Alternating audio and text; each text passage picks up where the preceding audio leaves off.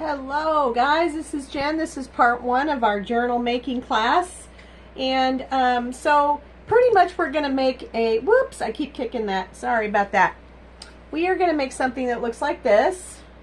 So this is just paper I had lying around. Some of you might recognize this from maybe a year ago when we did some eco printing.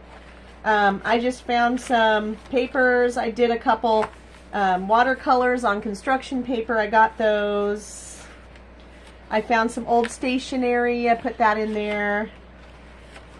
Tracing paper, just little cute little paper we could put in there. This is old stationery too. So different kinds of paper, cardstock, vintage looking paper, and then we're going to bind it together. And it doesn't have to be this wax paper, wax twine, but you could get this at, I think that I even seen this at the dollar store. You can get it there. I got this online. It's a kit, and it came with an awl, and it came with this, it's called a bone, but it really helps. I mean, I didn't think it would, but it really helps when you're smashing your papers down and making creases and stuff. It really does help with that. And I'm just going to show you a quick way to make a nice, cute little journal with stuff that you probably already have. Here's another one I made with some junk mail. I had some junk mail, and same concept. I found some doilies in here. So this is not decorated, obviously, but I just thought it was cute to kind of show you my little journal. And so I'm going to make, one of them is going to be a summer journal, stuff that I did in the summer. Here's some, I think you guys probably recognize this. This is part of the watercolors that we did earlier. We put salt on it.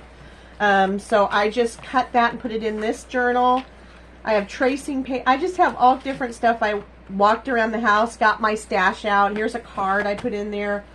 And so anyway, gather about, let's see, how many did I put in here? Probably 1, 2, 3, 4, 5, 6, 7, 8. Between like 7 and 8 papers, and anything you want for the cover.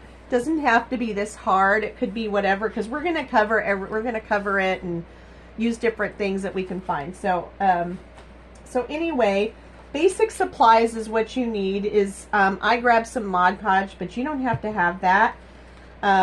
Elmer's glue sticks. I have grabbed some washi tape, just some like little buttons and stuff I had lying around. Our thrift store sells these. They're like jars of different kinds of jewelry. And when I'm making my gift tags, my vintage gift tags, I take these apart and I use them in my gift tags. Scissors. I have just another thing I found was some of this we are going to use on our books. So basically I'm trying to use up those papers that you have probably in a drawer or something. But let's get started. So I just picked randomly some papers I had lying around here. So I had some regular printer paper. I found this like an adult coloring book page, some old stationery, some really vintage paper that I found in my great grandma's. I mean, this is really cool stuff. And if you're not a fan of the bright whites like this printer paper, you could definitely like tea bag dye it and make it look like it's aged. Otherwise I wouldn't worry about it. So the next thing I'm going to do is kind of get my stuff organized like how I want it, and then see if I need to cut it. Sometimes I cut them, and sometimes I just let them be little papers or big papers, because it just makes me happy that way. So I'm going to get some of these little ones, and I'll probably put them in like different areas. So I'm thinking this one is a little bit harder. It's like it's our watercolor paper. So I'm thinking this may be a good start to our journal. Maybe I'll do it in half and make a smaller one. So I'm really an eyeballer as far as making journals. I like to make these a lot of times. I'll make them and gift them, and I really have to keep some. I haven't kept any. I've been gifting them. So I think I'm going to make one of these. I'm probably going to keep, but I am going to sell these. Like, I'm going to sell these that are just like this, but with a stack of things to put in there, you know, like stuff to put in there, like ribbons and stuff that we're going to go through and make. So if you want something like that, if you want that kit that has everything to make it, let me know. Put it in the comments, or text me. Some of you guys know my text number. So I don't know if I want to give it out, but maybe I'll give it out in the comments if you really want it. Otherwise, you can message me. So I'm thinking I'd make it probably this size, maybe a smaller one. So I'm going to take my little paper, I fold it in half, I'm just going to smash it, and then I'm going to start stacking stuff on it to kind of make it look cute. So there's no rhyme or reason for this, it's just all what you want to do. So it just depends on if you want. I mean, I really like these dark pages. I just think this is kind of an odd shape, so I might cut it in half, I think. So if you hear any noises, we did get a thunderstorm, a severe thunderstorm warning, which I don't know if I want this facing up or in. Maybe I'll have it facing in. But I have to remember, if you're going to use little tiny pages like this, then you need to remember when we put our holes in there, that you need to hit one of these or put it towards the bottom so that one of the holes gets in there, so that it doesn't just come out.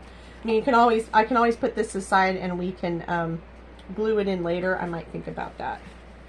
So here's just a card. Let's see.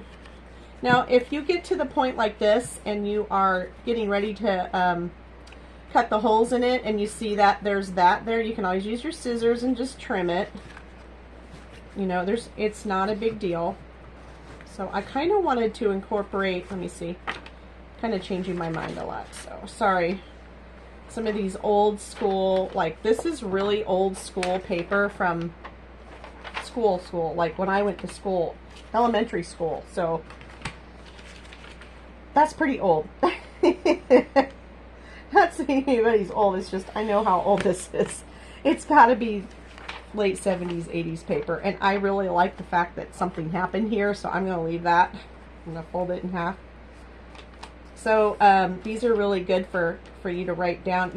You can use these as art journals. Now, art journaling, you can put a couple words in there or whatever you want to do. Like I said, there's no real rules, but the way I think of art journaling is like you have a good day today. Let's say you do something fun and you just draw a picture about it, or you just draw a picture about your feelings right now or whatever you're going through.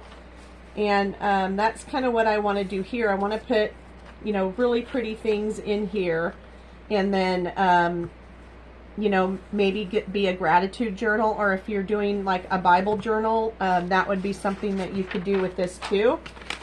So you guys are kind of my guinea pigs for some of my other classes, so I kind of try this first with you guys. And then I do teach at the college over here in Nebraska, so this might be a class. If you are local Nebraska people on here, please sign up at SCC College, because we are going to be doing a hands-on journaling class to make these books in the springtime.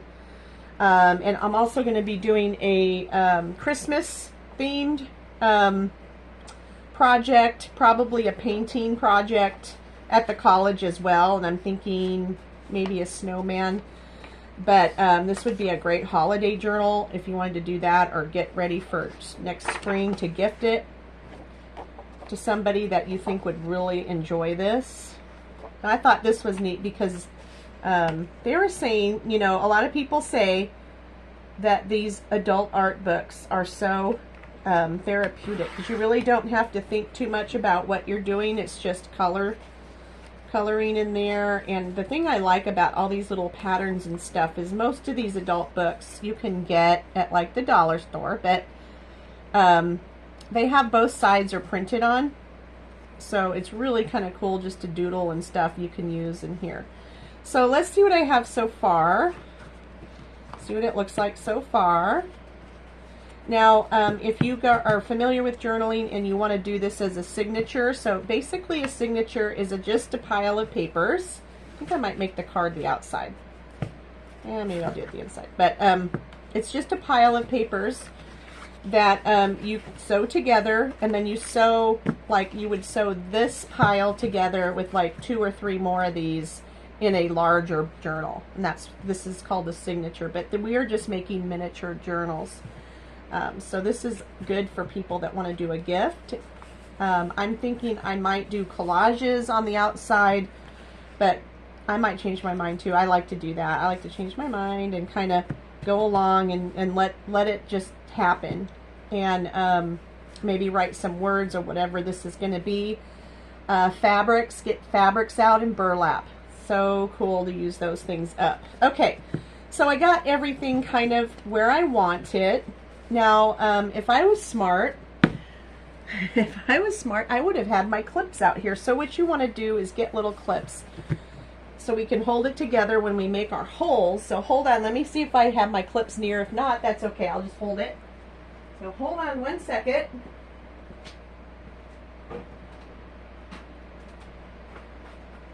Clips here.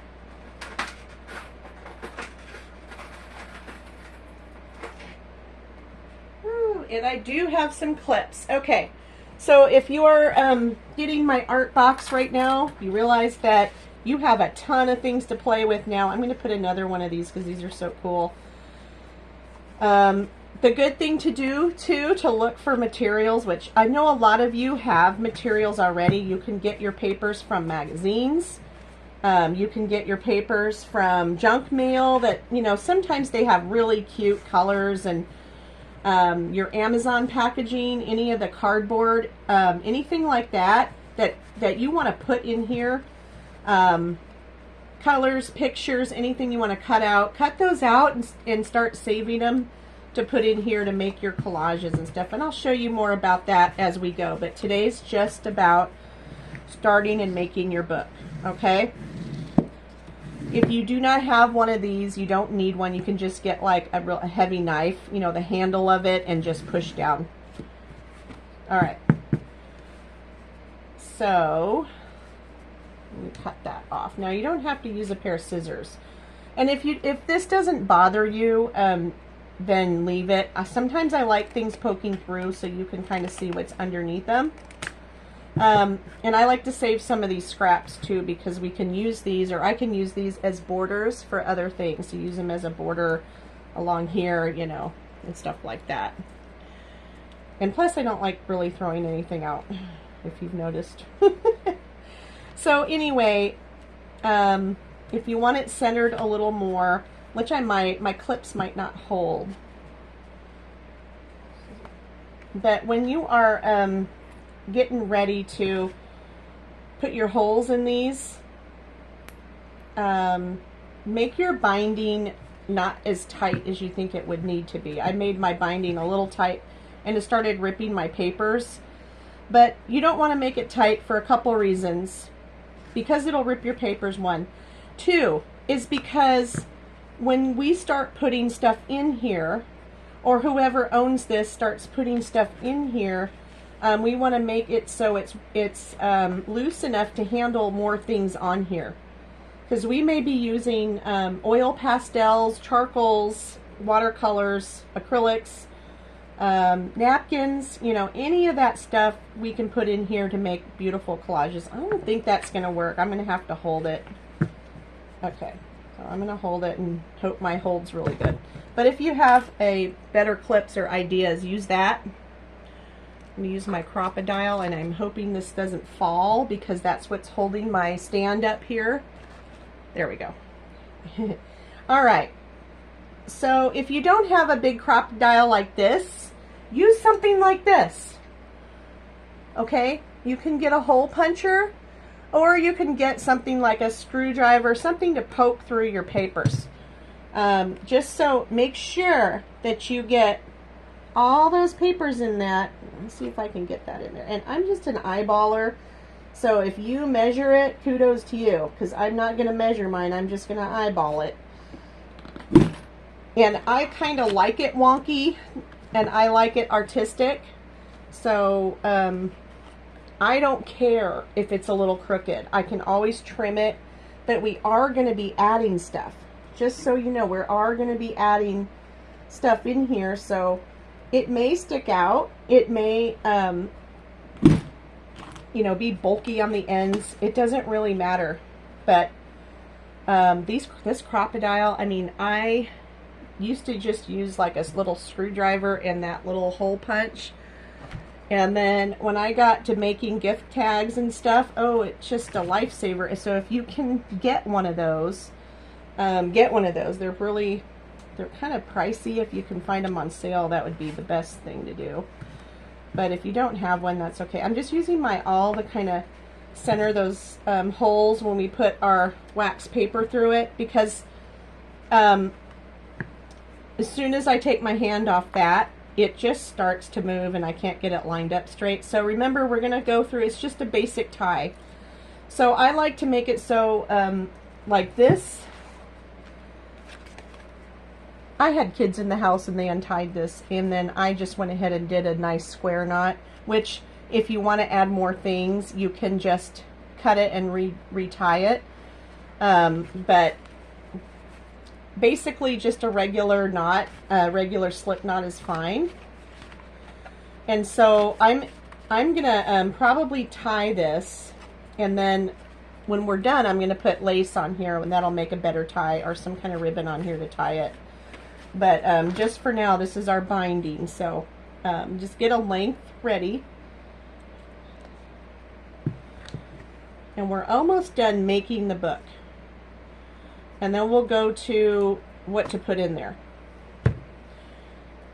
Okay, so you can use twine, you can use whatever you want to use to bind it. But I just happen to have this wax paper. I've had it for, wax, and I haven't used it. So what I like to do on these is I like to go through once. I like to go through twice, just because. Try not to miss any papers if you can help it. If you can help it. Sometimes I miss papers, and then, you know, that happens.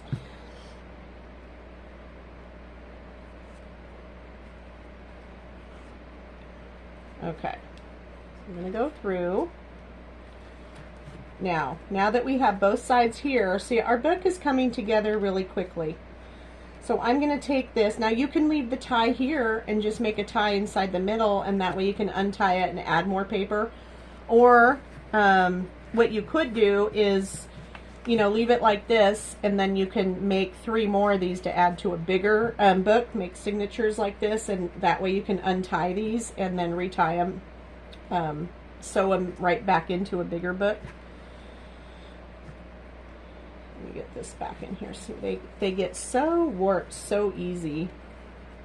So that's why the clips are important. I really need to get bigger clips, if you know what I mean.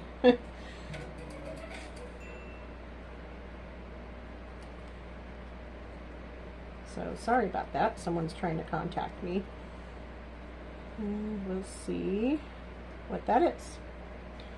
I should have turned my ringer off, but I didn't.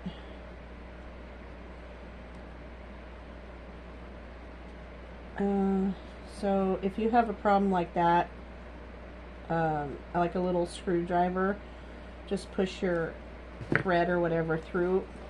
There we go. See how I pulled that through? Now we're going to do the same thing with this one.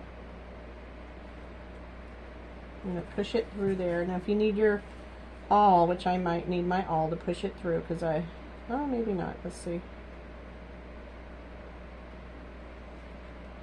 So if you guys want the kit for this, I'm going to be selling these kits too. I'll have a couple at the Chester Fest coming up in a couple weeks, which they're going to be having Blackhawk scene, and the vendor fair is like right before the concert, so I'll be selling there, packing up, and then we're going to go, Anna and I are going to go party, and hopefully we'll have a couple people we know there stay with us and party with us a little bit, watch some Black Hawk, and enjoy the fireworks afterwards. And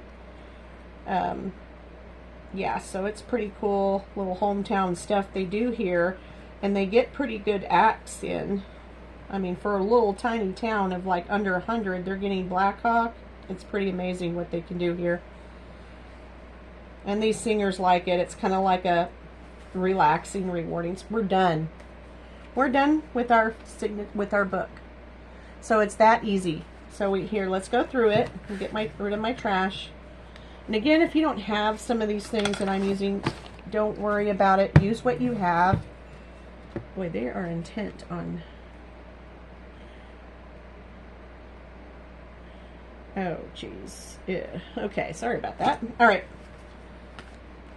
So, here's our book. Let's go through it real quick. Now, this is just a bare bones book. We didn't decorate it or anything, but we did use our stash. So, this is really cool to use your stash, and let's open it up.